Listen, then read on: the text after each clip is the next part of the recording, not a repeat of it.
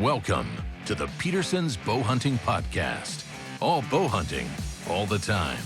Now, here's your host, Associate Editor Mark Dempko. So, hey, everybody, welcome to the Bowhunting Podcast. I've been bow hunting a long time, and when I started back in the late 80s and early 90s, just starting out my bow hunting career, and in fact, just starting out my life on my own. Didn't have a ton of money, but I had a 1970s or early 80s Dodge van that I would drive around. And at some point it dawned on me that I could use it as a vehicle that I could hunt if I was traveling out of state. I live in Pennsylvania, and a friend and I did some trips to the National Forest in Virginia, the Jefferson National Forest. Weren't a lot of hotels in that area, but we could stay right in the van. We were staying in the parking lots, and instead of having to drive out 90 minutes or an hour to a hotel after the hunt, you'd be right there. And, never dawned on me that staying in a van would become so popular. This past year in Peterson's bow hunting, we did a piece on some bow hunters who have really taken the concept of a mobile deer hunting camp to the next level by custom crafting vans that they basically live out of, sometimes for weeks on end. So I'm really excited. I have two of the gentlemen with me here today. Sam Soholt of North Dakota. Hi, Sam. Hey, how's it going? Good to be here. Thank you for joining us. And Zach Owsley of Tennessee. Zach, welcome. Oh, thank you. Appreciate you having me. Yeah, we're very excited. I was saying, it was one of the favorite articles that we did all this past year to see what you two guys were able to do in creating a mobile rut rig. So we're going to jump right into it. Sam, you and I had a chance to hunt together last fall in Wisconsin. I got to see your van in person, and I was blown away at the preparation and the work that you put into that vehicle. You had some incredible storage compartments that could hold anything and everything that opened and closed underneath your sleeping quarters and things like that. But let's go back to the beginning. Tell me how you sort of got started in an interest in having a mobile hunting rig. Sure. So the original vehicle was a full-size school bus. So back in 2016, I bought a 1993 Bluebird out in Colorado and drove it back to the Dakotas and started on the build and built that out into basically my mobile hunting lodge and used that for a couple of years. And then it was time to streamline and have something that was quite a bit more capable and, where I could actually get to more than just like the foothills or a campground or whatever. So my brother and I started shopping for a van, and we had met the folks at Quigley 4x4. And so after searching for quite a while for different vans, there's some requirements. If you're gonna convert it to 4-wheel drive, there's some requirements on mileage and age, and found a van that was like right in that sweet spot, and picked up a 2010 Chevy Express 3500. And it was a government fleet vehicle that had been purchased out of Arizona. And we ended up getting the van for like just shy of 17,000, only had 25,000 miles on it, or 26,000 miles on it. And super clean. And we basically sat in a parking lot from the moment, from when we bought it.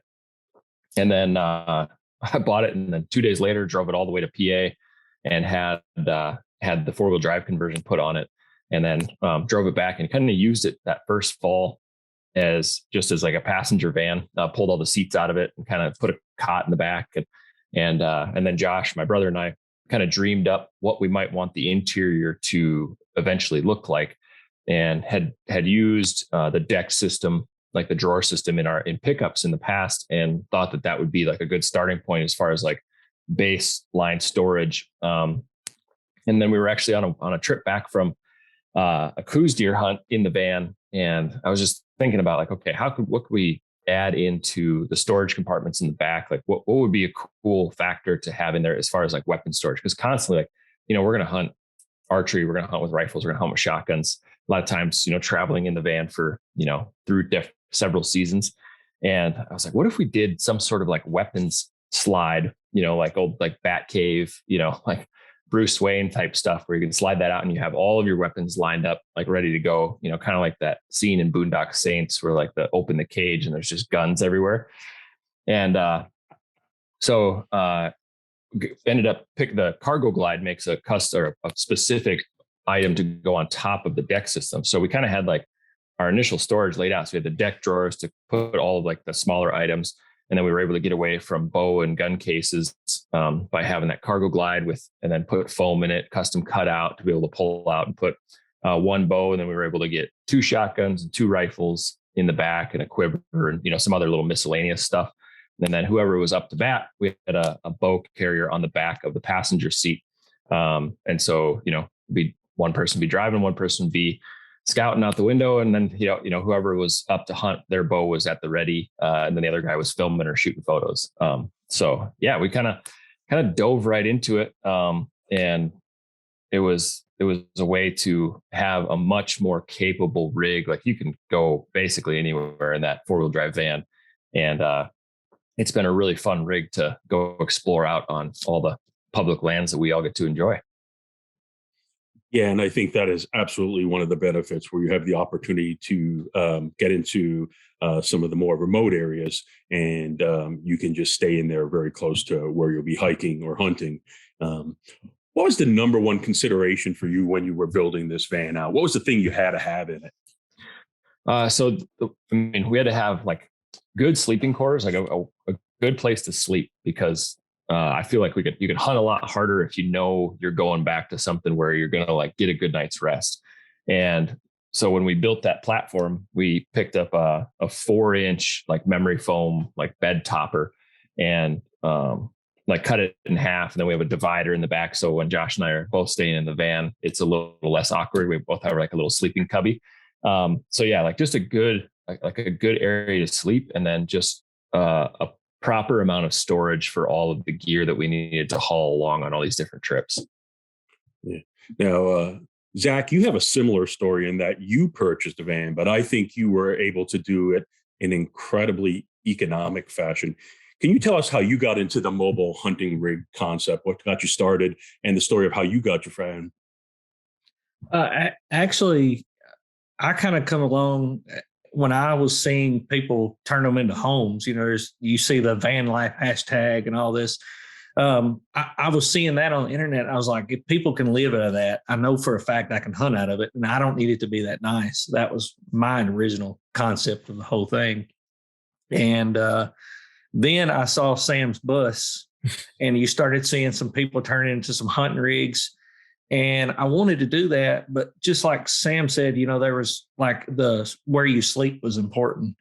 I knew if I didn't make it nice enough for me to stay in on a regular basis, I would end up going to a hotel anyways, and it'd be a huge waste of money. So I really planned on spending about $7,000-8,000 to do this build, and I thought I could build a decent van for that. And it just so happened that like Facebook Marketplace is the place to go now. And I pulled up Facebook Marketplace and typed in cargo van. And the very first van that pulled up was a van that a guy had used to take his mother to and from the nursing home and doctors and stuff like that. But they had it for, I think, the last 6 years. And it had stayed parked in a barn. And it had 76,000 miles on it. It was a 2003. And I got it for $2,500. Yeah, it was just an absolute steal. I got in it. It cranked right up. It blew cold air, which I later ruined the cold air part because I put a screw through the air conditioner line.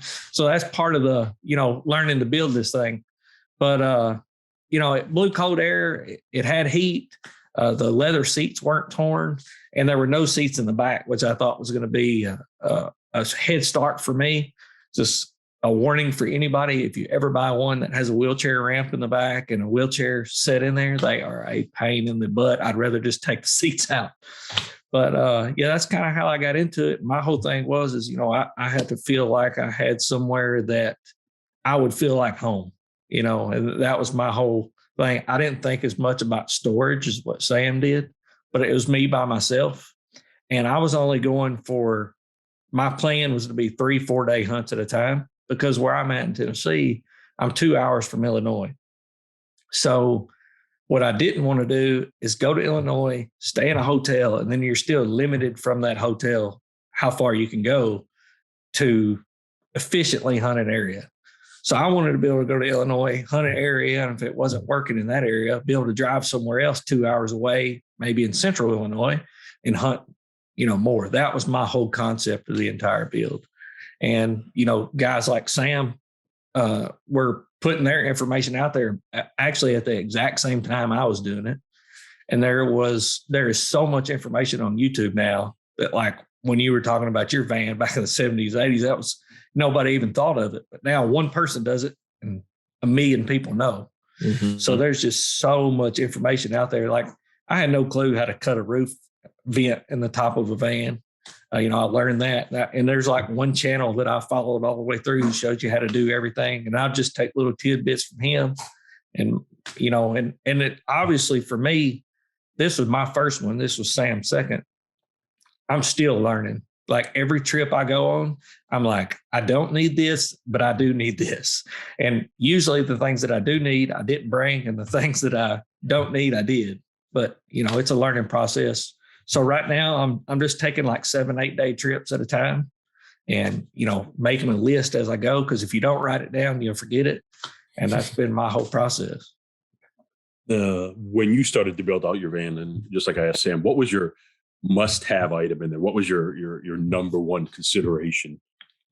I wanted a way to have running water. I mean, that was, and not necessarily running water, but I wanted a place to be able to brush my teeth in the morning and brush my teeth at night, and at least be able to wash my hands and get clean. Because, I mean, I know we've all done it. You go camping, you do something, you sweat during the day, and then you get in bed and you're real clammy and sticky. And that was the most important thing for me. I didn't realize it at the time because I thought that it would be well insulated and it wouldn't be that cold as long as it wasn't below 40 degrees. I'd be fine. I was wrong. It gets really cold in the van. So later, one of the most important things became heat. But at the time, running water, I wanted a place with a sink and a drain. I just wanted a place to clean up. Yeah, that would seem like it's probably one of the most important things. So walk us through how you put that together, because you had a pretty innovative plan there. I was following a guy on YouTube called Julex, and I pretty much just went with his whole setup as far as the solar panels, because what I didn't want to do is have to carry a generator or something. I knew that would be space. And you can get the solar panels, or you could before the pandemic get the solar panels and the batteries and things like that for fairly cheap. So I just followed all that as far as getting it set up, and I stripped it completely out. Once I did that, I knew that insulation was going to be important. So I went through several different scenarios there. I tried spray-in insulation, then you realize the inside walls of a van are much deeper than what you can see, and they just keep going farther and farther down in the fender well. So then I tried bat insulation, and that's pretty much what I used in the walls. I would just take bat insulation, rip it out, shove it in the holes the best I could. Use lots of spray foam, because I got some windows that are covered up too that are no longer windows. And I would just use spray foam, stick the bat insulation up there. And then I have some, I don't even know what it's called, but it's got like a reflective membrane on one side and a sticky bottom on it. And I use that on the floor and stuck all the way to the floor. And then, then you come to the process of how do you do anything when you're sticking wood to metal. It's just a pain. It doesn't matter. Doesn't matter what your thought process is. It's going to be a pain. Mm-hmm. So my thought was, let's get it framed out somehow. So I was able to put a 1/2-inch plywood floor all the way through. And on the ceiling, what I did is I bought paneling, like the finished, almost has like a wallpaper look to it. I bought that paneling. And I had my dad help me, and we just, we layered the roof, and we did not have a great plan going into that. I ended up putting some holes in the roof, had some leaks that I had to go back and fix. This is a process for anybody who's willing to do it. It is a process. But let me finish on that. So we did that all the way across the roof, had the roof vent, the solar, everything hooked up. So when we got to the layout, we had walls, floor, and ceiling. So now I'm dealing with wood to wood and no longer metal to wood.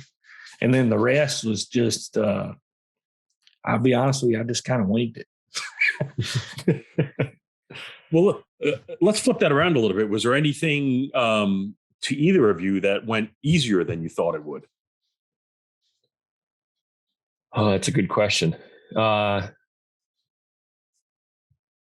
I mean, the biggest difference in building a van over a bus was, so in a bus, like you basically have a lot of straight lines. Obviously the ceiling is curved, so you have to deal with that. But everything below the windows is all straight lines, easy, clean cuts. And Zach, I don't know about your van, but our van is basically shaped like a football. So not only is it curved, to the outside, but from front to back, it kind of like bows in and out. So when we were like working on the ceiling and working on the walls and stuff, it was just like constantly like, thank God we used 1/4 inch, like, tongue groove pine for the ceiling. So we could actually manipulate it enough to like bend it around, like, and make stuff fit and like fill all the gaps. Cause man, like trying to get that ceiling on was just a total pain when you were doing it like in 3-inch chunks or whatever.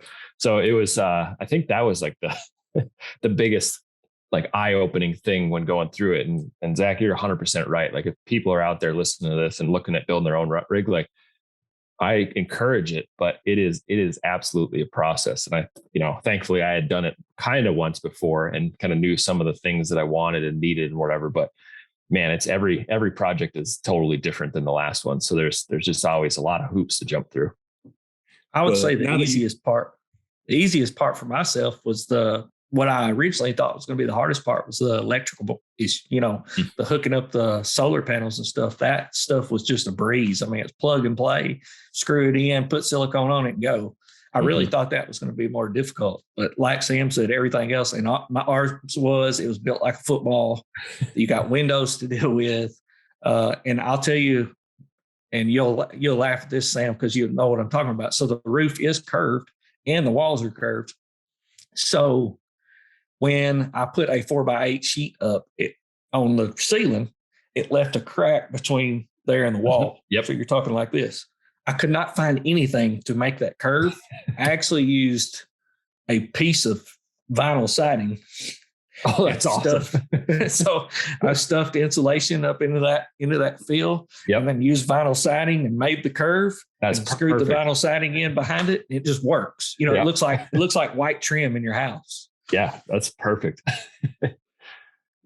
Now, you've both touched on, obviously, the fact that it's a process and you have to be willing to do it over time. You're going to have some challenges. But is it really rewarding then when you do a hunt out of it and you're successful? Is there like an extra sense of satisfaction to either of you? Oh, yeah, absolutely. The first, kind of had the van kind of finally built out. And the first hunt that we went on and like, you're like living out of the van, using the van, whatever. But like the first like buck we hauled back and like put in that like the cab space of the van. I think both Josh and I were just like, yep, that's it. Like that's that's like the accomplishment, like so rewarding to be able to like walk back to this thing that we built, like this little tiny home on wheels, and then have like, a fresh mule deer in the back of this thing. It's pretty cool to have that experience. Absolutely. And to me, it wasn't even so much about the success. It was like, I remember that first night sleeping in the van, and I was actually in the parking lot of a WMA, and I'm sitting there thinking, this is great. I get to sleep in a little bit. That was really rewarding too. But at the same time, last year, hauling one home from Oklahoma that I had cut up, put it in a Yeti cooler, and you could look in the back and his horns were sitting up there. I was like, it doesn't get much better than that. Now, I'm not fortunate enough to have the 4-wheel drive, so I'm kind of limited to some places I can go. But as far as the just feeling, like you've accomplished something, it goes beyond the kill at that point. Absolutely. Yeah. Well, thank you for that. And as we're talking, we talked about how I had an old van and you've taken vans and converted them.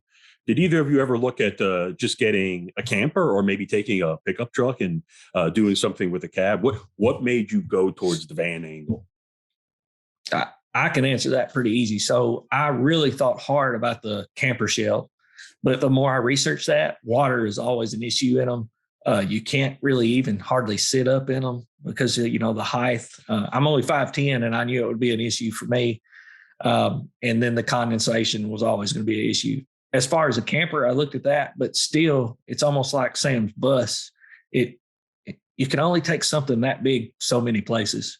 And like if you ever go to Illinois on some of the public land that goes up through Shawnee, the roads get really narrow and they're curvy. You don't just want to park a camper on the side of the road there. So that was a big factor for me. And I had a lot of people ask there, like, why are you doing that? Why don't you just buy a camper? And that would seem really easy, but it's not. You end up having to find a parking place for it, or you leave it behind somewhere in a Walmart parking lot with a lock on it. And that just wasn't for me. Yeah, I would agree with that. Like, I had looked at going from the bus to the van was a huge difference. The bus was very limiting, especially if I wasn't like meeting somebody out there, like for a hunt where I could then hop in their truck or in, something to like go from base camp out hunting. And so the van, like it's way bigger than most people would think. As far as, like you said, like head height. I do wish we had a pop top in ours just so you could stand up to like change clothes. Me too. Yeah. but yeah, there's a ton of room. It's easy to organize, and there's something about being able to like pull into a trailhead or climb out of bed or whatever, get all of your stuff together in the morning right there, and then just step out the door and start hunting. And of course you can do that in a camper, but like Zach said, like you're definitely limited. And then you're always towing something. You're always pulling something behind. And yeah, I think just having it all in one vehicle and is a nice touch to be able to just keep it all, in one spot. And then like over a pickup, I've driven pickups my whole life and still have one. But it's just not quite as convenient as far as like organization and stuff, and staying like sleeping in the back of a camper shell or putting like a cab over on or whatever. It's just not quite as streamlined as a van. The best way I could explain it, or I tried to explain it to other people as far as campers go, like when you're on an out-of-state hunt, you're doing a lot of driving, trying to look for deer in fields and open areas and see where the population is. Try doing that with a camper and seeing a big buck in a field. I know plenty of friends who've, been hauling boats and they forget, they slam on their brakes and hit reverse and, tear the trailer up. So that stuff can happen, and you're just not going to do that with a trailer, hauling a camper around all the time. Yeah. I thought about that when in the early days when I was staying in the van as well. It was just incredibly convenient. Maybe back then I didn't have all the amenities you guys have, but it just made it an easy process. Now, Sam, you do a lot of hunting in the upper Midwest. Did you have to do anything as far as putting a heating system in for those really cold nights? Or so we it's funny you ask that. We bought a heating system and have yet to install it. Most of the time we're just climbing in the back, and if it's cold out, just to climbing in the back in a 0 degree sleeping bag or whatever. And then if it's whoever wakes up first crawls to the front, turns the van on and gets the heat going, gets back in the sleeping bag for 10 or 15 minutes, warms the van up, and then we're getting changed to go out. So we have a heating system to install. We've got an air top heaters that connects to the gas tank, and so you can basically run it off a little thermostat, and then basically it burns off the fumes off the gas tank. We just haven't installed that yet. So we have a heat system ready. Just need to take care of that. But yeah, it's so far haven't hunted in cold enough weather, or at least haven't stayed in cold enough weather to have that anything be an issue. Now, how often are you on the road with the van hunting? Like, do you go for weeks on end, or do you go for a couple of weeks at a time? Yeah, I'd say, week to 10 days at a time. When I was in the bus, I wasn't married and didn't actually have a home. So I was doing a much more extended trips. I was, 2 to 3 months at a time. I'd be out on the road living out of the bus. But with the van, especially splitting it, my brother and I hunting together or each using it on our own, I'd say most trips are anywhere from, 6 to 12 days. Now, can you give us an example? Is there some place you were able to get to with the van that you probably wouldn't have if you would have been doing the other way, staying at a hotel or motel or something like that? And yeah. Share the hunting story that goes with it. Yeah. So on a rifle hunt in eastern Montana, if anybody spent any time out there, it's gumbo roads and, clay and just, real lot of just very like narrow 2-track and stuff like that. And it's honestly places that I wouldn't ever have even thought about driving the bus down. And there was one spot where it's quite a drive in to get to just to where you park to walk in, and was able to use the van and just, knowing that I had 4-wheel drive in case it did rain or whatever, be able to get back out. It's 10 or 15 miles down a, kind of a nasty road tucked back in there. And then it's a 6-mile walk, not a hard walk, but a 6-mile walk into where you start hunting, and hiked in the morning. It was cold and nasty and windy, and ended up shooting a deer and then hiking it all the way back out the same day. I think on my watch said I burned like 7,000 calories that day, and got back. And then just knowing that I was going back to get in the van that was going to like be able to drive out again and not have to, it was pretty nice having that feeling. Yeah, no, that's awesome. I mean, because you're running on adrenaline and fumes at that point. You've got to be exhausted, especially with a hike like that. So, Zach, do you have any similar story? Like if you were able to get some places you didn't think you'd ever get to? No, I wouldn't say that. Like the biggest advantage for me is just being on the hot places. Mine's 2-wheel drive, so obviously I can't go do some things that other people can. I'm kind of sticking to gravel roads, parking lots. So there's not that, but I would say there's places that I've gone that I wouldn't have gone if I was having to stay in a hotel, because, coming from Tennessee, what's the thing I'm going to do? I'm going to go park in Southern Illinois, and that's where I'm going to go. And I'm going to try to stay within 45 minutes of there. And then like next year I'm going to Ohio. I went to Oklahoma this past season, and when something didn't work out at one place, I hopped to the next place, and I think that's things that I wouldn't have given up on so soon, because you're also driving on roads you don't know. So a 45-minute trip on a road you don't know, and then you try to go to a 45-minute trip the next day. I mean, you kind of get in a rhythm of going to that exact same place all the time. And now with the van, I don't do that, because I make the trip at night and I just park and sleep. Has there been anything that surprised you that you've done a couple hunts out of this, or several hunts out of it? Like you didn't realize it would end up being a benefit of having a mobile hunting van?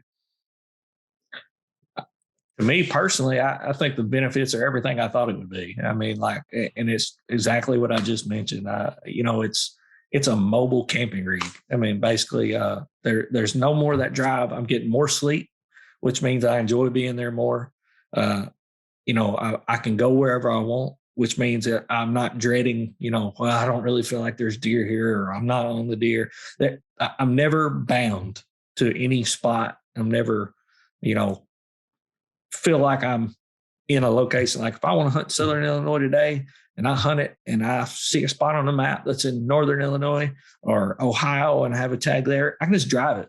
I'll drive it that night and I'm not wasting time. And, like last year, one thing is once I got on the road, like I took a 10-hour trip in the van. Whenever you get ready to eat lunch, you got a spot in your van to eat a nice lunch on the side of the road. There's not going somewhere, sitting down, having, as long as you have enough fuel, you got your home with you. So those are the benefits that I've enjoyed. It's not, you're not having to stop somewhere, not yet. But, just like whenever I got ready to wash my hands to eat, I had a sink in the back. I go back there, wash my hands. I have a place to clean up. So it's those little benefits that you might see, but it's what you expect. Yeah, I think one of the biggest benefits that we have, we did solar as well. And we have a solar that charges a lithium battery, and then we have a 12-volt fridge freezer. And that was a game changer because, if we're both on a trip, both have tags. And for instance, 2 years ago, I shot a buck first day of a trip, and we were able to cut it up, quarter it up, and we actually threw it in a Yeti first just to cool it down over ice. Uh-huh. And then we just kind of rotated in quarters into that fridge freezer and basically froze them down and then back into the Yeti. So we had room for everything else in the fridge freezer. But we were able to freeze quarters while being on the road. And I had never been able to do that before. So it's nice to have that, knowing you're going to be able to keep your meat cold or frozen immediately. And then we can keep hunting hard for the other guy without thinking about meat spoiling or or anything like that. That was definitely an added benefit to having good solar setup. Now, if somebody's listening to this or they've heard about the concept of the mobile hunting where they want to look into doing their own van, they have some time, they have some financial resources, it's still a pretty challenging project. What would be your advice to somebody who's just starting out? How do they go about picking out a van, or is it all just custom choice? What are your thoughts that you could share for somebody who's just starting out and looking to do their first van? I was just going to say, I mean, I think figure out first, like what your goals are with that van. You know, if it's purely to be mobile, you know, I think that opens up a lot of opportunity on like the style and type of van. You know, if you're trying to go like the more overlanding route where you are going to do 4-wheel drive, there's some things you need to think about and consider. But yeah, I think first step is just figuring out like, okay, what do I really want to do with the van? And then go from there. Because if you just, you know, dive into one, it might be not quite the right fit, or you might spend too much, or you might not spend enough, depending on what you're trying to do. My advice is just look for the gym, you know, that gym, because mechanically, or at least for me, you know, yeah, I had the financial ability, but not that of some other people, you know, so I was looking for something on the cheaper end, but I was really looking for mechanically sound. You know, that's the last thing you want to do is be sitting on the side of the road and not know anybody within 200 miles. Yeah, absolutely. And having a mobile van, but if it's not running, that leaves you in a lot of challenging situations. So either of you get to a point as you were doing this, obviously it took months and months, where you said to yourself, maybe I shouldn't have gotten into this project, or was there an aha moment where you're like, There definitely was for me. There was plenty of moments, you know, that we would, especially when I found out that I had a roof leak, you know, like, because I was only getting to work on my days off. So we put the ceiling in, everything seemed fine.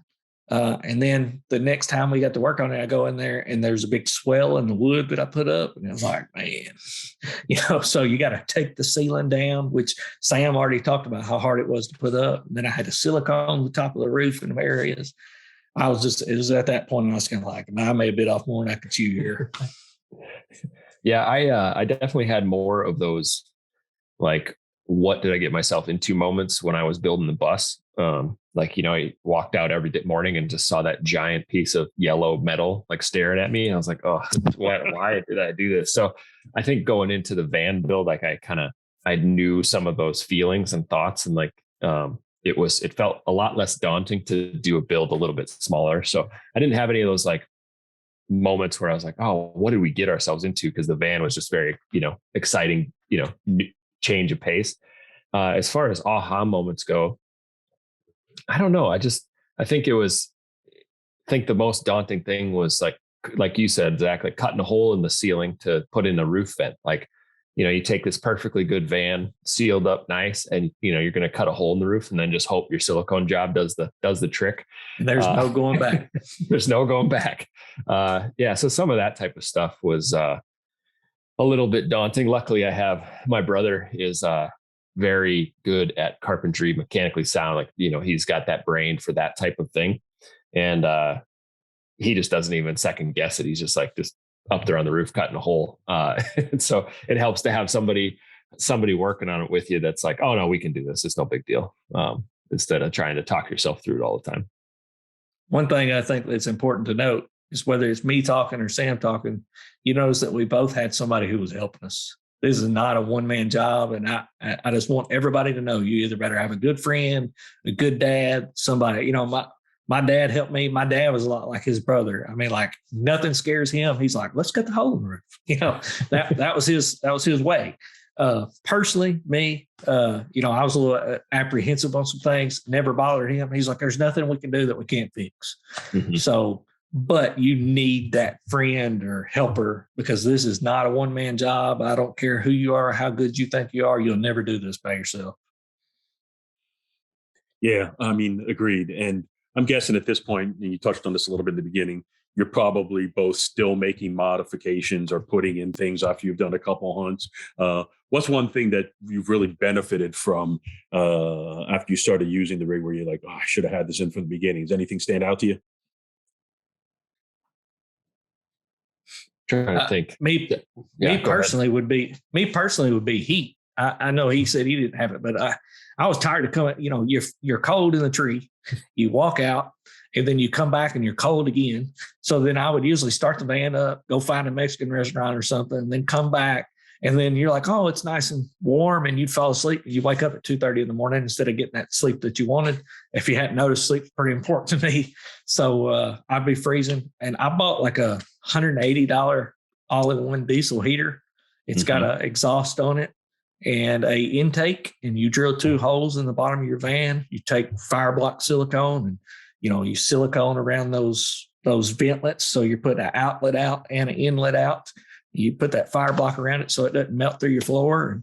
And it'll heat it. Now, one disadvantage is that, like, I don't know the Celsius to Fahrenheit conversions, and that since it's a Chinese Amazon heater, it says Celsius. So I got to look that up on my phone, but I can set it on my little remote, and it'll heat my van up, and then it just automatically cuts on and off through the night.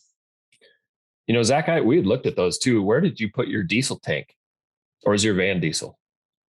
I didn't. I just carry a 5-gallon jug with me, and I go fill it up about every 2 nights. Okay. It'll run on 2.5 gallons. I actually thought about putting a small tank on the rear cargo deal. Yeah. You know, just like a small 5-gallon one of those flat 5 gallons. Yeah. But then you have to worry about pumping it in and out. And I just carry a 5-gallon jug with me and fill it up. Yep. Like it. Well, last question I have for the both of you. What's the one place that's on your bucket list where you hope to get to with your vans? Or there's some place you'd really like to get to because you have this flexibility. Now, Sam, you have the 4-wheel drive component, so you might have some place that's a little more remote, but I'd love to hear where both of you would like to head at some point. You know, I back in 2014, my first successful elk hunt was in the Missouri Breaks in Montana, and I haven't been back since, but I certainly couldn't bring the bus there. But now having that 4-wheel drive capability, I would like to go back to the Breaks and hunt elk. It's just, I find that whole region of the state of Montana just gorgeous, and love, you know, it's kind of more of a spot and stock style of elk hunting, and being able to be mobile in that way, I think would be a fun place to take the van to and get back in there and see what it can do. For me, it's 100% Iowa. You know, I've been putting in for the points every year. That's something I plan to do eventually. And it's not going to just be a week-long trip for me. It may be a thing I take 2 or 3 weeks vacation and go for a week in October and then come back in a week in November. You know, I'm going to have my sights set pretty high. And eventually elk hunt, I'm just at the point where I don't know much about elk hunting other than what I've watched on YouTube. So I'm going to have somebody kind of show me the ropes of that. Well, awesome. Well, I wish you luck on your future endeavors in your mobile rut rigs. Thank you, Zach. Thank you, Sam, for joining us on the Bowhunting podcast. Incredible wealth of knowledge. You've learned a lot through sweat equity and hard work, but you have incredible rigs. And if anybody here listening, looking to try developing their own van for road trips across the country, it's a great project. I know it's going to take a lot of work and a lot of effort, but it can be really rewarding. Thanks, everybody. Thank you. Thanks for having us on. Thanks for downloading the Peterson's Bowhunting podcast. All bow hunting, all the time. Pick up the latest issue of Peterson's Bowhunting magazine on your local newsstand, or connect with us online at bowhuntingmag.com.